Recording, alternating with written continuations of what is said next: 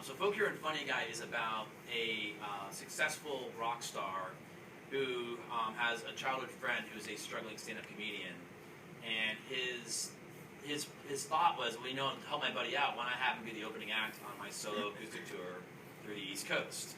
And I used to be a stand-up, and I've opened up for bands before, and it's always a nightmare because people want to go see music. It's two different audiences. Yeah. So most of my stand-up experiences opening for bands is that you are on a microphone while 150 people are all talking and drinking beer.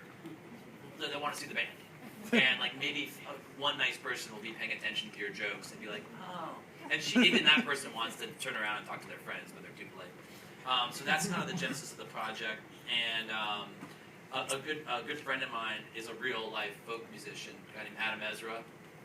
And I really liked his, he had a lot of solo acoustic songs that I thought would be great for the main character of Folk Hero. So in the film, I have a lot of music that's a friend of mine wrote that is sort of helps tell the story of Folk Hero and Funny Guy. I mean, the title of Folk Hero and Funny Guy is literally they're riffing in the car and they're making fun of Bruce Springsteen. You know how Bruce Springsteen like talks before songs? He has these big like, they're like, yeah, it's just about two guys going on the road, Folk Hero and a Funny Guy.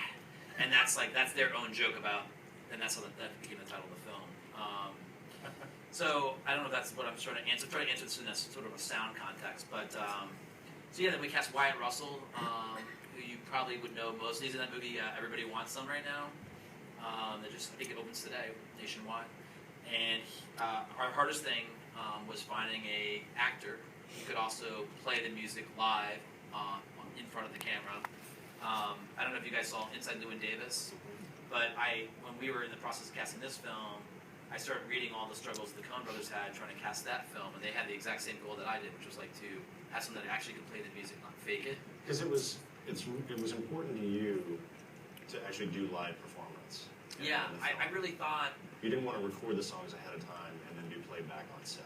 Yeah, I did not. So in our movie, like a lot of movies will record a song in the studio, play it back on set, and then the person sits there faking playing the song and singing it. And I always, at least my BS detector goes off. Yeah. And this is such a small and intimate little film that I just thought, I got to find actors that can really play the music. So Meredith Hagner is the other the girl that joins them on tour. She also plays all the songs in the film, on camera. At least sings. I think a few times she's faking the guitar a little bit, just to help her out. Because neither of them are like full-blown, full-time musicians. They're just actors that have a lot of talent on the music side.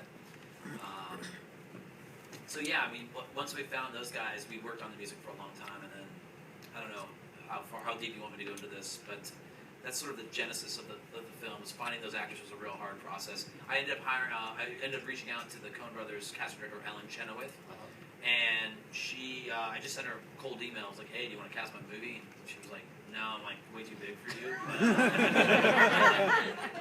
But her associate, Susan Schill, had worked on Inside Llewyn Davis, and she's like, I got the list of all the actors that can play music, and I would love to help you on your film. And she was an amazing cast director, and finding those two actors in hindsight was such like a miracle because. Okay, so and film students and budding filmmakers, but this is actually a really important theme that you just heard here, which is I hear this time and time again. If sound design is important to your film, and there are A-list big sound designers out there like Skip Lipsey, who does all the work for the Coen brothers, or Randy Tom or Gary Rydstrom, and you love their work, or Ren Kleiss, who does all of David Fincher's work. A lot of them are on Facebook. You can reach out to them, and odds are they're going to be too busy working for Steven Spielberg or whoever it is that they're working for to work on your small low budget project. But like your story, they may have somebody who's they've been kind of mentoring, who is ready to break out. And I've seen a lot of I've been around a while. I used to run Skywalker Sound before I started the Dolby Institute.